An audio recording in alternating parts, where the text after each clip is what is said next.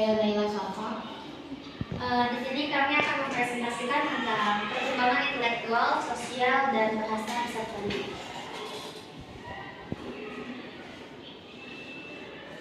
Baik, yang pertama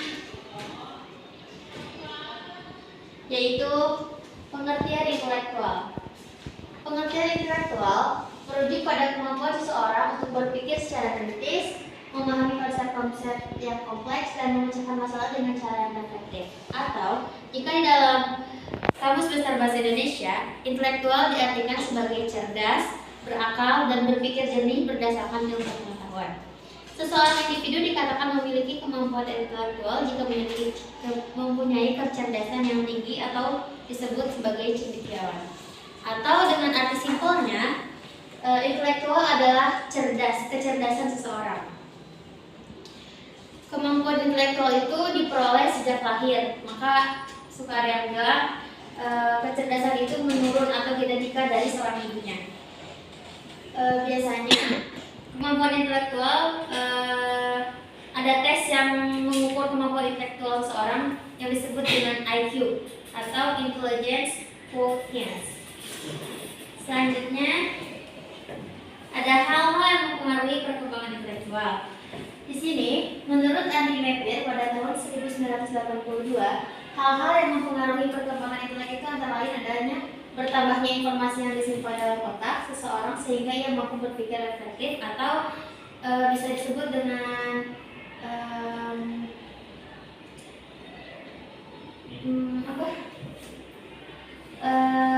penyimpanan memorinya, bertambahnya informasi seseorang yang disimpan dalam otak. Yang kedua yaitu banyaknya pengalaman dan latihan-latihan memecahkan masalah sehingga seseorang dapat berpikir proporsional.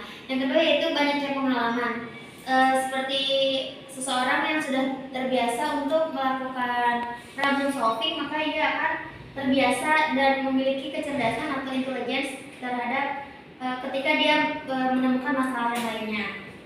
Lalu yang ketiga yaitu adanya kebebasan berpikir. Di poin ketiga ini, seorang anak itu tidak ditokong oleh orang tuanya atau dia tuh bisa berpikir, mengekspresikan apa yang dia pikirkan. Itu juga termasuk hal-hal yang mempengaruhi perkembangan intelektual, yaitu agar anak bisa mengekspresikan apa yang dia pikirkan. Orang tuanya tidak membatasi gitu. Selanjutnya ada usaha-usaha dalam mengembangkan intelektual remaja dalam proses pembelajaran. Yang pertama, ada dukungan guru. Ini konsepnya di proses pembelajaran ya teman-teman. Yang pertama ada dukungan dari guru.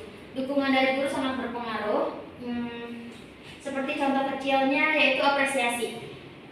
Kita sebagai siswa atau sebagai murid, ketika kita melakukan sesuatu lalu diberi apresiasi, mungkin itu akan menjadi sebuah dukungan dan semangat tersendiri untuk kita. Lalu yang kedua adalah metode diskusi dan informasi. Di poin kedua ini bersangkutan dengan tadi bertambahnya informasi yang disimpan dalam otak. Dengan hasil diskusi dan informasi yang dia dapatkan, dia bisa disimpan dalam otaknya dan mengolahnya itu menjadi sesuatu pengalaman dan memori yang tersimpan dalam otaknya, sehingga dia mempunyai kemampuan untuk menyelesaikan permasalahan yang dia sudah mengetahui bagaimana caranya. Selanjutnya, pemahaman konsep abstrak dan emosi. Di sini maksudnya adalah dia memahami konsep-konsep atau teori-teori yang diberikan oleh guru sehingga dia dapat menerapkannya. Yang keempat yaitu ada motivasi. Nah, motivasi ini juga termasuk seperti yang ada di dukungan guru itu ya. Selain mendukung, guru juga harus memotivasi murid-muridnya agar dia termotivasi.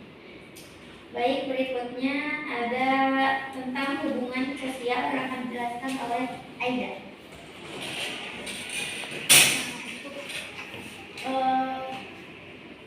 Pengertian pengembangan hubungan sosial. Manusia sebagai makhluk sosial senantiasa berhubungan dengan manusia lainnya dalam masyarakat. Proses sosialisasi dan interaksi sosial dimulai sejak lahir dan berlangsung hingga dewasa atau tua. Nah, hubungan sosial itu dimulai dari tingkat yang sederhana dan terbatas sehingga tingkat yang luas dan kompleks. Semakin dewasa dan bertambah umur, tingkat hubungan sosial juga berkembang menjadi luas dan kompleks. Terus ada juga pengembangan sosial peserta didik. Perkembangan sosial peserta didik dipahami sebagai sebuah kemampuan peserta didik dalam menyesuaikan diri terhadap norma-norma dan tradisi yang berlaku pada kelompok atau masyarakat, kemampuan untuk saling berkomunikasi dan kemampuan untuk bekerja sama.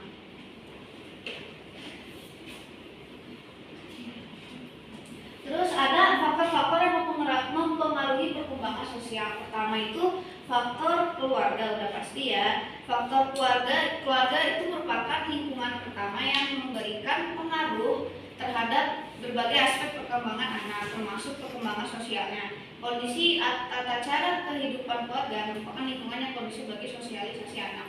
Jadi dasar dari kemampuan bersosialisasi itu dari keluarga ya. Jadi apa sih namanya peran penting jadi peran orang tua itu juga penting, apalagi kalau misalnya anak ini juga punya saudara gitu, ada atau kakak. Jadi apa sih bisa terlihat perkembangan sosialnya, bagaimana dia berinteraksi dengan orang tua atau dengan adik atau kakaknya. Terus ada kematangan. Bersosialisasi merupakan kematangan fisik dan psikis untuk mampu mempertimbangkan dalam proses sosial, memberi dan menerima pendapat orang lain, memerlukan kematangan sosial, emosional. Saat itu kemampuan berbahasa ikut pula menentukan. Jadi bersosialisasi juga perlu kematangan diri. Jadi ada untuk menerima pendapat dan memberikan pendapat orang lain. Jadi kayak biar kita tahu kekurangan atau kelebihan kita gimana, dan juga kita bisa memberi saran juga kepada orang lain. Lalu ada faktor status sosial dan ekonomi. Kehidupan sosial itu banyak dipengaruhi oleh kondisi atau status kemampuan sosial keluarga dalam masyarakat. Masyarakat akan memandang anak bukan sebagai anak yang independen, tetapi akan dipandang dalam konteksnya yang khusus, kayak misalnya itu anak siapa. Jadi status sosial juga apa ya? Intinya mah apa sih kata-katanya kayak pasti akan mempengaruhi bagaimana ia bersosialisasi. Misalnya kalau misalnya dia bercukupan gitu, atau mungkin orang tuanya termasuk dalam orang yang terpandang, pasti kan dibilang oh ini anaknya si Pak ini nih, Pak ini kan ada apa sih namanya orang ini gitu. Jadi cara dia bersosialisasi itu kebawa juga ya sama status sosial, status ekonominya. Terus yang keempat juga ada dari pendidikan. Pendidikan itu merupakan proses sosialisasi anak yang terarah. Hakikat pendidikan sebagai proses pengoperasian ilmu yang normatif akan memberikan warna kehidupan sosial anak di dalam masyarakat dan luas. Penanaman norma perilaku yang benar secara sengaja diberikan kepada peserta didik yang belajar di kelembagaan pendidikan atau sekolah. Jadi faktornya juga ada dari sekolah juga ya, bagaimana organisasi namanya apa sih ini masyarakat, ini sekolah apa namanya? Bukan, organisasi. Pokoknya ini sekolah itu juga punya pengaruh penting juga terhadap cara anak bersosialisasi. Yang terakhir ada kapasitas mental, baik emosi maupun intelijensi. Kemampuan berpikir mempengaruhi banyak hal seperti kemampuan belajar, menyelesaikan masalah, dan berbahasa. Anak yang berkemampuan intelektual tinggi akan berkemampuan bahasa secara baik, dan pengendalian emosi secara seimbang sangat menentukan keberhasilan dalam perkembangan sosial anak. Di sini juga secara emosi kan cara bersosialisasi juga beda-beda ya. Ada yang orangnya introvert, ada yang extrovert gitu. Kalau yang extrovert kan dia lebih lebih terbuka gitu orangnya, sama siapa aja itu dia bisa bersosialisasi. Sedangkan yang introvert itu bukannya yang tertutup, tapi dia tuh bersosialisasinya dengan yang menurut dia itu nyaman atau sudah dipercaya gitu cara ininya apa sih bersosialisasinya. Terus ada upaya pengembangan hubungan sosial remaja dan implikasinya dalam penyelenggaraan pendidikan. Remaja dalam masa mencari dan ingin menentukan jati dirinya memiliki sikap yang terlalu tinggi menilai dirinya atau sebaliknya. Mereka belum memahami benar tentang norma-norma sosial yang berlaku di dalam kehidupan masyarakat. Penciptaan kelompok sosial remaja perlu dikembangkan untuk memberikan rangsangan kepada mereka ke arah perilaku yang bermanfaat dan dapat diterima di khalayak. Kalau di sekolah itu biasanya untuk mengembangkan hubungan sosial peserta didik itu dengan cara adanya melakukan kerja kelompok gitu atau mungkin proyek kan itu kerja kelompok juga. Atau misalnya kalau di luar jam pembelajaran itu di sekolah biasanya rata-rata tuh ada yang namanya kerja bakti kan. Dan itu tidak hanya dengan sesama peserta didik tapi juga dengan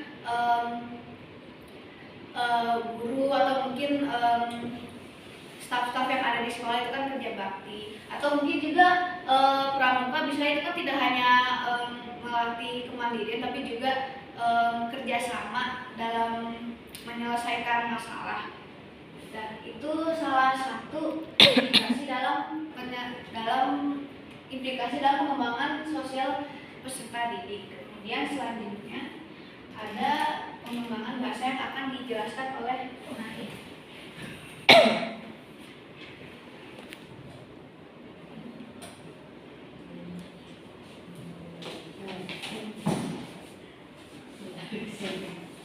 Selanjutnya ada pengertian perkembangan bahasa. Perkembangan bahasa adalah proses di mana individu mempelajari dan menggunakan bahasa sebagai alat berkomunikasi dalam interaksi sosial. Proses ini dimulai sejak bayi berkomunikasi dengan orang lain yang berkembang dari suara tanpa arti menjadi bahasa konteks sesuai dengan tingkat sosialnya. Faktor lingkungan dan kognitif mempengaruhi perkembangan bahasa di mana individu belajar bahasa dengan meniru dan mengulang apa yang mereka dengar dan mereka lihat. Lalu proses belajar bahasa yang sesungguhnya juga baru dimulai saat mereka berusia 6-7 tahun dari yang sederhana sampai lebih kompleks. Selanjutnya, di sini ada karakteristik perkembangan bahasa remaja. Yang pertama, bahasa remaja dipengaruhi oleh lingkungan keluarga, masyarakat, dan pergaulan dengan teman sebaya di sekolah. Yang pertama yang dimaksud dari dari pengaruh lingkungan keluarga yaitu kan pada dasarnya keluarga itu adalah tempat pertama dan tempat utama yang dimana remaja atau anak itu belajar berkomunikasi ya. Dia meniru cara bapaknya bicara dengan ibunya, dia juga meniru bagaimana ibu berbicara dengan bapaknya, bagaimana orang tuanya berbicara pada dia juga. Jadi memang keluarga ini lingkungan utama yang paling penting yang mempengaruhi karakteristik dari perkembangan bahasa remaja tersebut. Lalu selanjutnya masyarakat di sekitar juga memainkan peran yang paling penting juga dalam perkembangan bahasa remaja, seperti interaksinya dengan tetangga, teman-teman sekompleknya, geng-geng sekompleknya,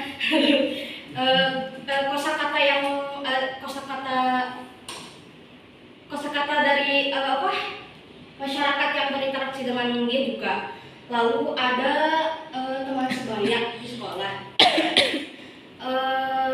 Remaja atau anak kan emang menghabiskan banyak waktu itu di sekolah ya, dari pagi sampai siang gitu. Setiap hari seperti itu.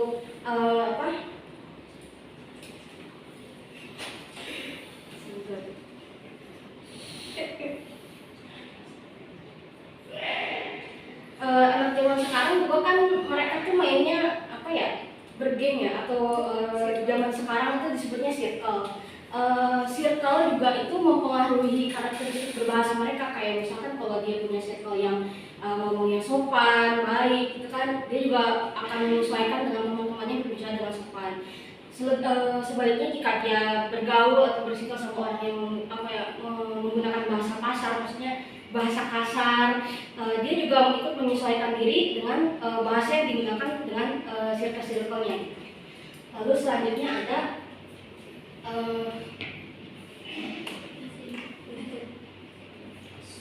lalu selanjutnya ada perkembangan bahasa anak. Perkembangan bahasa anak dipengaruhi oleh kematangan kognitif dan interaksi dengan orang lain. Selanjutnya ada 3 tahap perkembangan kalimat pada anak usia 2 tahun pertama menurut apa itu namanya Sherlock yaitu pada periode pertama, periode prelingual pada anak usia 0 sampai 1 tahun. Di situ ditulis bayi mulai mengoceh dan merespon stimulus eksternal. Ini maksudnya kan bayi itu belum bisa bicara ya, jadi dia merespon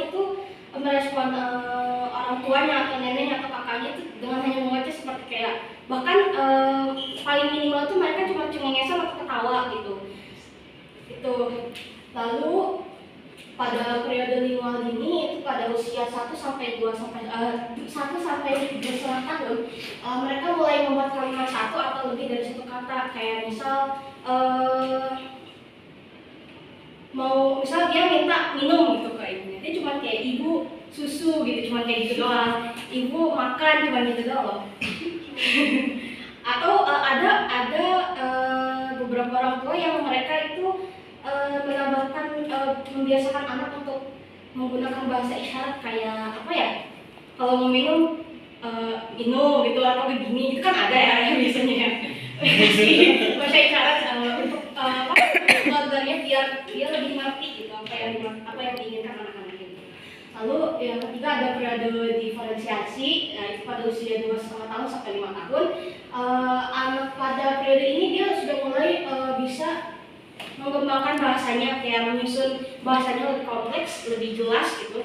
Contohnya kayak ya tadi kalau minta makan dia sudah mulai bisa membicarakan keinginannya gitu, mengungkapkan keinginannya kayak mama hari ini aku mau makan ayam gitu, mama hari ini aku main sama si ini loh gitu. Dia sudah mulai bisa mengungkapkan dengan jelas gitu. Selanjutnya ada faktor-faktor yang mempengaruhi perkembangan bahasa.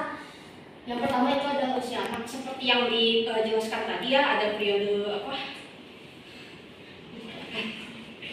yang periode dari umur 1 tahun sampai umur 5 tahun seperti yang tadi sudah dijelaskan.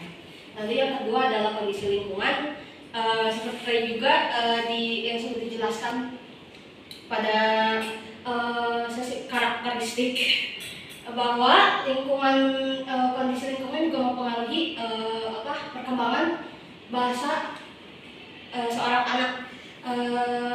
Kayak misal kalau dia tinggal atau berada di lingkungan yang baik, pendidikan yang baik gitu, dia pasti ngomongnya juga kayak sopan santun, pokoknya baik lah gitu kan. Kalau dia ada di kondisi lingkungan yang emang pakai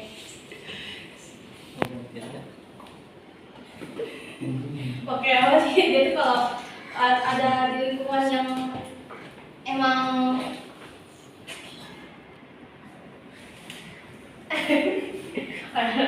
lingkungannya nggak baik bahasanya gitu, dia juga bakal ngikutin gitu, kayak isinya apa sih?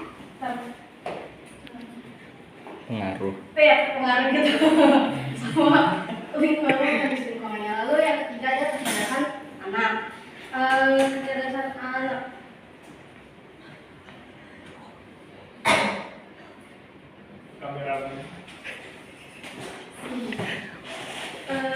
kayak perbedaan antara kecerdasan anak yang anak yang punya kecerdasan yang tinggi sama yang di bawah, yaitu kalau anak yang kecerdasan tinggi kan dia lebih cepat mempelajari kata-kata yang baru, kosakata yang baru gitu, lebih gampang menyerap. Kalau anak yang memiliki kecerdasan yang kurang atau ya itu dia lebih harus ya gitulah kan.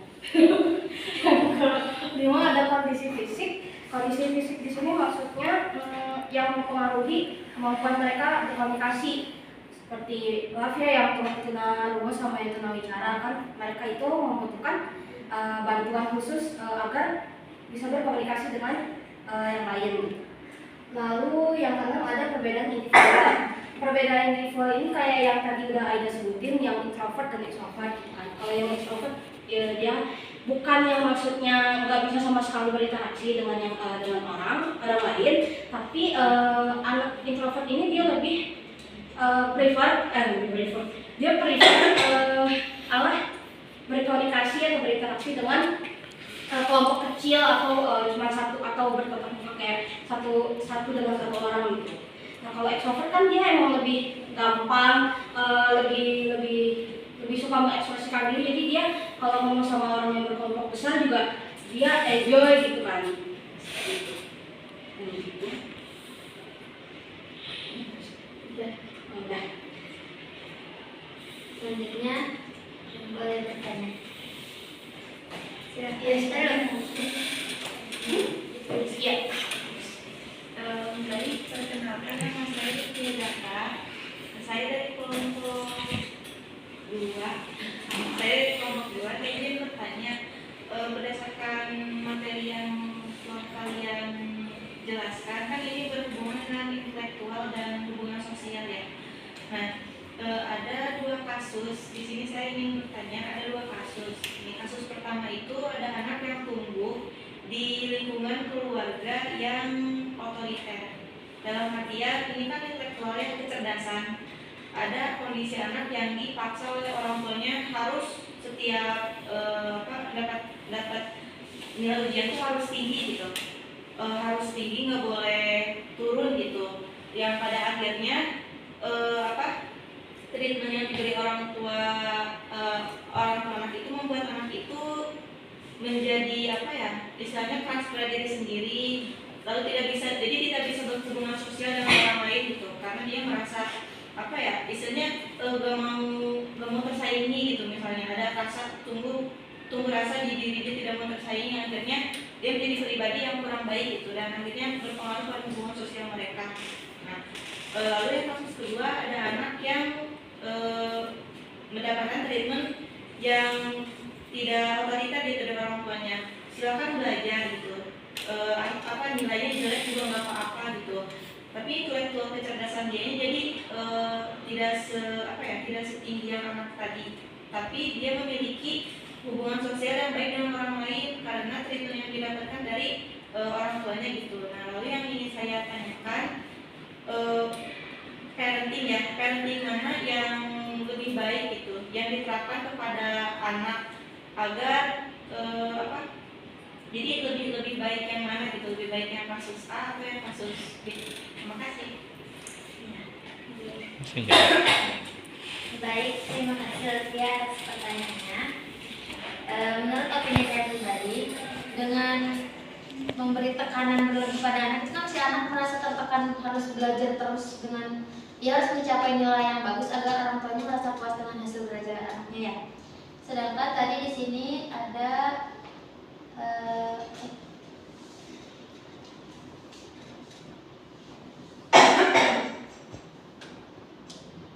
nih di poin nomor 3 itu ada kan di sini di bagian hal mempengaruhi perkembangan intelektual ya, adanya kebebasan berpikir. Nah di sini tuh berarti seperti yang sudah saya jelaskan, orang tuanya tidak membatasi itu. Nah dari kasus yang tadi saya dengar, dengan menekan anak itu bukanlah jalan yang baik untuk mengarahkan anaknya untuk dia mendapatkan nilai yang bagus, karena seperti yang tadi dikatakan IQ atau intelijensi itu bisa jadi karena turunan, tapi ada juga faktor-faktor yang dapat meningkatkan kemampuan intelijensi seorang anak itu. Nah,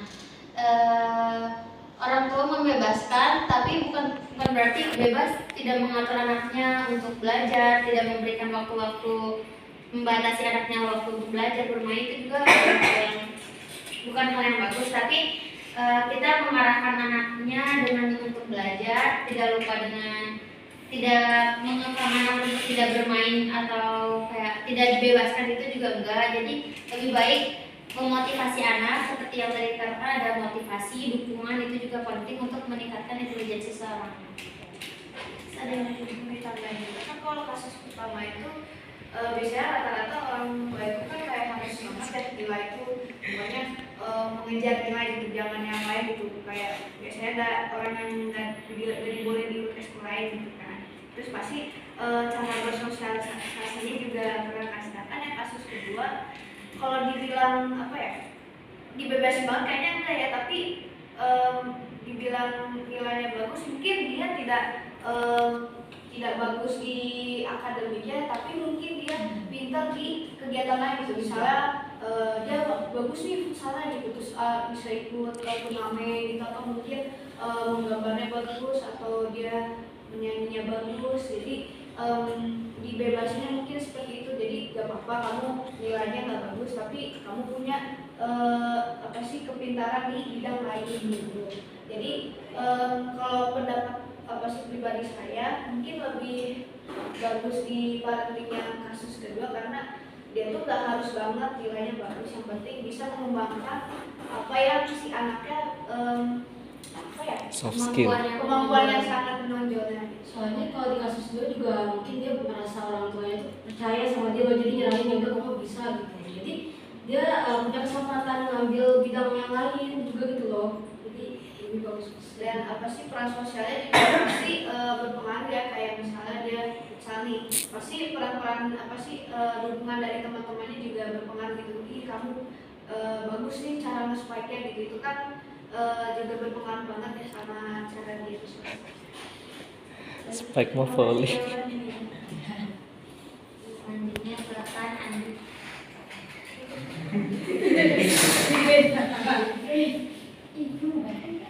Enggak apa-apa.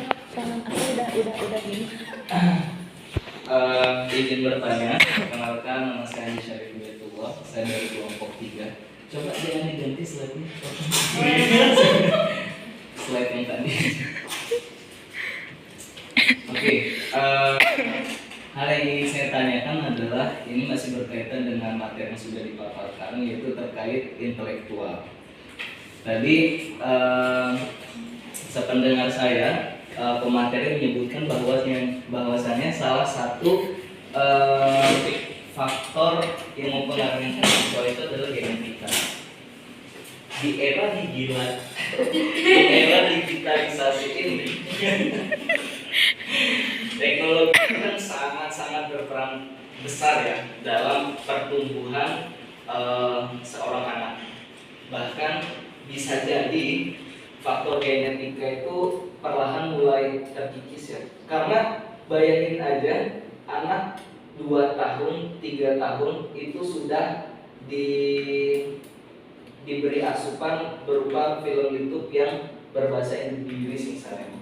Jadi mau tidak mau anak itu pasti udah belajar itu malah lebih bisa gitu di bahasa asing, benar gak? Karena saya juga punya sepupu gitu misalnya. Terus yang ingin saya tanyakan adalah di era digitalisasi yang semakin berkembang ini, itu bahkan tidak banyak anak yang sudah berpikiran praktis gitu, nggak mau tahu yang namanya usaha dan kerja keras gitu. Itu pertama. Terus gimana jalan keluarnya gitu ya. Terus yang kedua itu adalah di sini diterangkan bahwasanya adanya kebebasan berpikir untuk mempengaruhi perkembangan intelektual. Sedangkan yang kita tahu banyak ahli filsafat yang punya pikiran bebas dan dia menjadi seorang ateis ataupun menjadi gila karena pikirannya yang terlalu bebas gitu, terlalu radikal. Nah, bagaimana caranya untuk memberi porsi yang cukup gitu, sehingga dalam membentuk intelektual itu sesuai dengan umurnya. Terima kasih.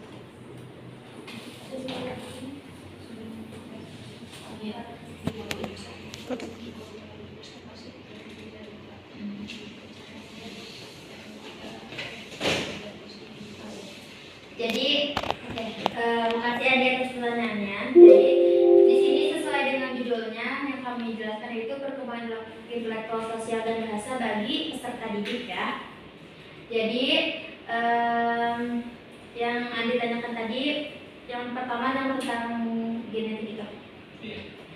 Yang pertama yang tentang genetik. Jadi intelijensi atau kecerdasan itu sudah ada beberapa orang yang saya temui atau ada artikel yang saya baca bahwa kecerdasan itu lebih menurun kepada dari ibunya ya. Kemarin juga saya mendengar Ibu Masida sendiri yang menjelaskan intelijensi itu menurun dari ibunya. Enggak semuanya tapi mungkin sebagian besar.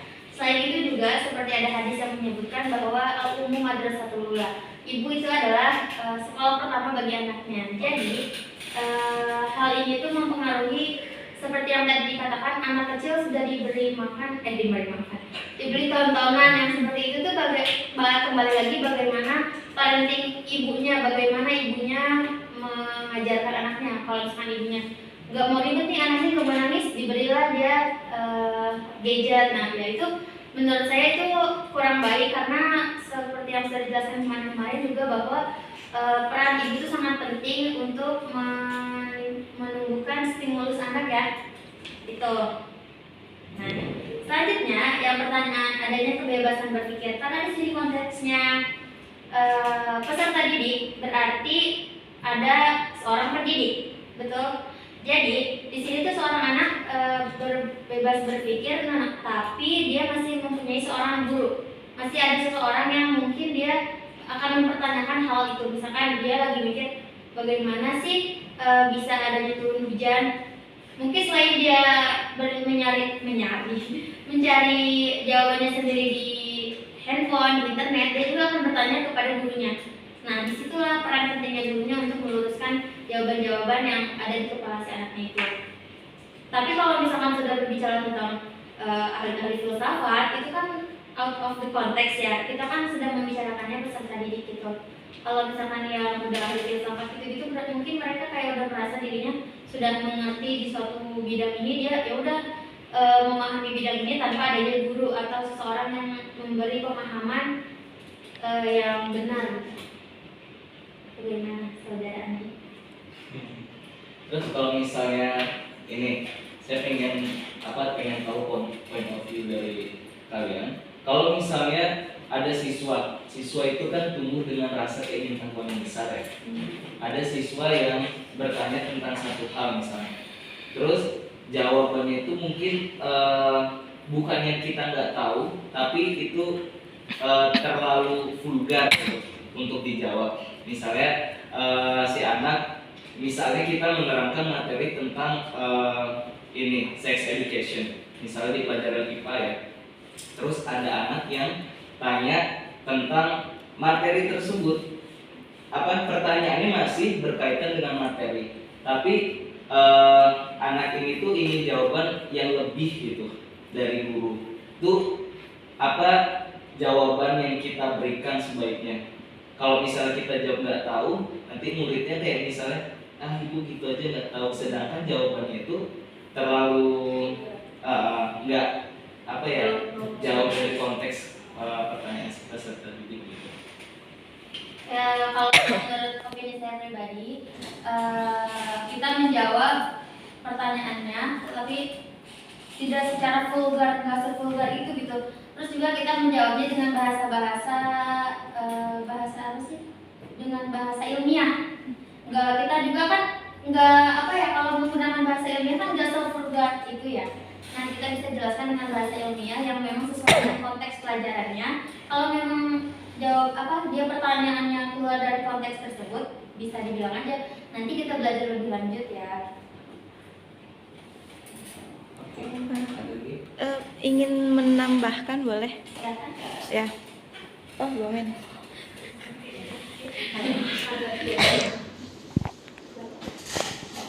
Baik, saya ingin menambahkan yang terkait filsafat tadi, karena kan ini bersangkutan sama agama juga ya. Terlepas dari intelektual, masuk juga dengan agama. Karena kebetulan kemarin saya membahas yang agama juga ya, karena kan manusia itu berkembang ada tahapnya. Nah, tahapan yang harus membutuhkan pendidik ya, atau ya ada yang ngelit gitu. Itu kan sampai usia 20 tahunan. Ya jadi kalau misalnya orang tersebut sudah memahami filsafat kan pasti sudah dewasa ya, 20 ke atas gitu. Sedangkan di usia 20 sampai di usia remaja sampai sekitar 20 tahunan itu sudah masuk tahapan pencarian jati diri. Jadi dia mau memahami karena kan sebenarnya urusan agama ini rumit gitu. Dan tentang seluruh dunia ini rumit gitu kan. Ada pemahaman masing-masing di setiap orang. Jadi kalaupun orang tersebut memilih untuk menjadi ateis, mungkin dia sudah menemukan jawaban yang masuk akal bagi diri dia sendiri gitu. Bahwa mungkin Tuhan itu ya tidak masuk akal gitu, dunia ini dibuat oleh Tuhan atau bagaimana, yang akhirnya membuat dia ateis. Tapi kita harus menghargai karena itu sudah jadi pilihan dia, karena di situ dia sudah masuk ke proses pencarian jati diri. Jadi mau tidak mau ya itu sudah menjadi pilihan dia untuk memilih menjadi ateis dibandingkan menganut salah satu agama dari agama yang ada. Terima kasih. Ada yang mau Nanya lagi tadi awalnya.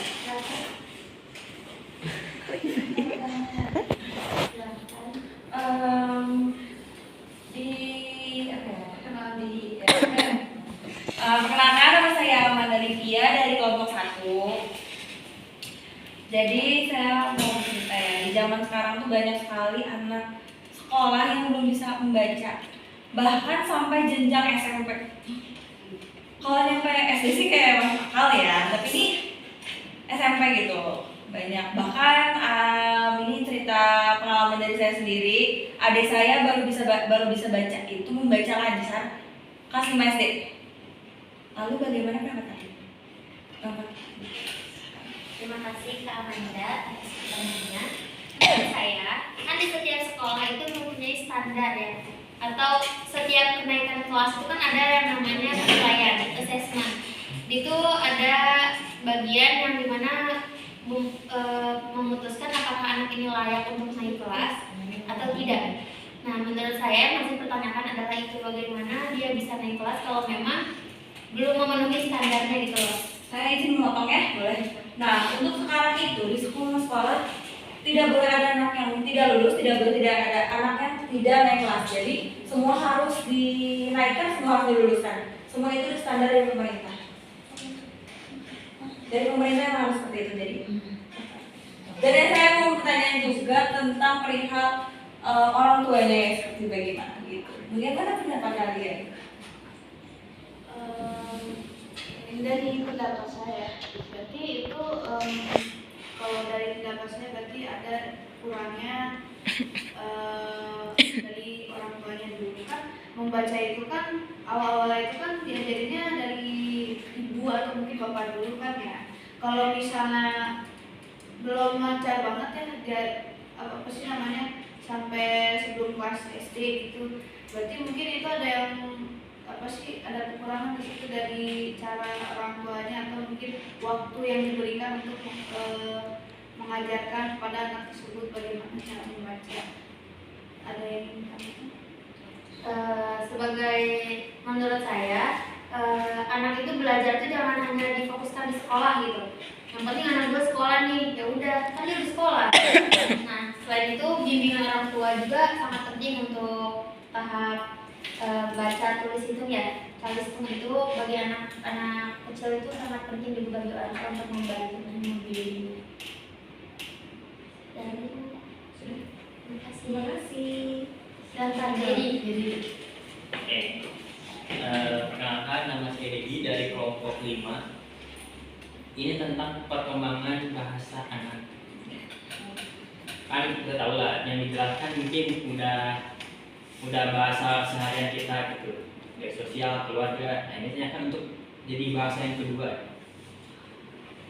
Jadi bagaimana anak-anak belajar bahasa kedua dan apa faktor yang mempengaruhinya? Bahasa keduanya apa? Ya, bagaimana anak-anak belajarnya? Jadi misalkan ditanya di rumah berbeda, misalkan nih. Nah, bagaimana kita bisa belajar bahasa Indonesia dan bagaimana pengaruhnya? Bahasa asing kayak kan Indonesia. Tapi bahasa Inggris nih, kenapa kita bisa bahasa Inggris dan bagaimana kita pengaruhnya? Mau masihkan dulu bahasa kedua atau bahasa asing, soalnya dua-duanya itu artinya ada. Kalau bahasa kedua itu misalnya bahasa Indonesia nih, Bahasa kedua. terus bahasa keduanya itu misalnya saya bahasa Jawa, Tapi bahasa asingnya bahasa Inggris, nah itu beda tuh. Jadi yang ditanyakan bahasa asing atau bahasa Inggris. Bahasa kedua. Bahasa kedua. Seperti bahasa daerah gitu. Nah, Bagaimana mengembangkannya? bagaimana bagaimana anak belajar bahasa kedua dan apa faktor yang mempengaruhinya? Jawab ya. Nah, Kalau ini kan bahasa kedua kan bahasa daerah, yang mana berarti kalau itu kan ketemu dengan orang tuanya juga kan? Yang dia dengar Ya, berarti ya itu juga faktor dari dia mendengar orang tuanya gitu. Orang tuanya berkomunikasi dengan yang lain pakai bahasa daerah itu dia juga menyerap gitu. Ya kalau ada tentang cara itu belajar ya seperti pengalaman saya pribadi di sekolah ini, di sekolah juga ada pelajaran bahasa kedua saya bahasa Sunda gitu. Jadi ya itu. kalau di matkul teaching learning strategies itu bisa dibilang direct method atau seperti misalkan Dedi orang Sunda nih, terus tiba-tiba Dedi pindah ke Padang. Secara nggak langsung Dedi setiap hari mendengar orang-orang ngomong bahasa Padang dan lama-kelamaan juga Dedi akan bisa. lalu bagaimana dengan bahasa asing? Kalau bahasa asing, berarti itu kan ada tuntutan dari luar ya, entah emang dia sendiri yang ingin belajar bahasa Inggris atau tuntutan dari kurikulum sekolah, kan ada yang bahasa Inggris gitu. Jadi apa tadi pertanyaannya? Bagaimana mengembangkannya? Sebenarnya cara mengembangkannya banyak ya. Kalau misalnya seorang individual tersebut niat banget ingin belajar bahasa Inggris, berarti dia akan mencari cara tips and trick bagaimana belajar gitu. Misalnya nonton video bahasa Inggris atau ikut TOEFL gitu, atau ikut les bahasa Inggris bisa gitu. Jadi untuk mengembangkan bahasa ini itu mengembangkan. Maksudnya mau belajar ya. Apa sih bahasa Inggris? Berarti cara melatih speakingnya juga. Jadi banyak stimulus belajar bahasa Inggris speaking gitu. Oke, jadi di sini kan kalau bahasa kedua, Ya, kalau bahasa kedua tuh faktor mempengaruhinya kita misalkan pindah Lingkungan, lingkungannya berbeda. Kalau bahasa asing bagaimana tuh cara mempengaruhinya? Belajar. Ada dalam tentang tulis yang sendiri atau pengaruh dari Dari internet. dari Ya. sekolah. Karena kita tinggal di Indonesia, bahasa Inggris itu tidak terlalu nggak dijadikan sebagai daily language kan ya. Jadi agak sulit untuk seseorang dengan cepat belajar bahasa Inggris gitu. Mampu berbicara bahasa Inggris dengan cepat, dengan fluent gitu, dengan fasih. Caranya belajar mandiri. Selain kan kalau mengandalkan di sekolah cuma paling seminggu cuma 1 jam 2 jam.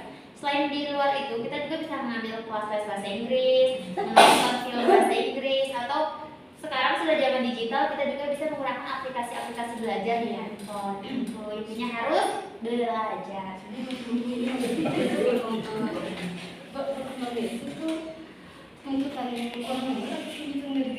Ya itu tuh disuruh bisa bahasa Inggrisnya mau sendiri apa disuruh? Internalnya dia atau eksternal yang dari dia bisa bahasa asing itu dia masuk. Bahasa dari itu apa? Apa ya? Ini tanya baru ya. Internal. Internal Ya, kalau ada yang dari diri sendiri ya diri sendiri yang cukup. Cukup. Baik, karena waktunya sudah panjang videonya ya. Terima kasih teman-teman atas pertanyaannya, atas perhatiannya dan kerjasamanya. Kami kelompok 4 terima kasih dan assalamualaikum warahmatullahi wabarakatuh. Waalaikumsalam warahmatullahi wabarakatuh.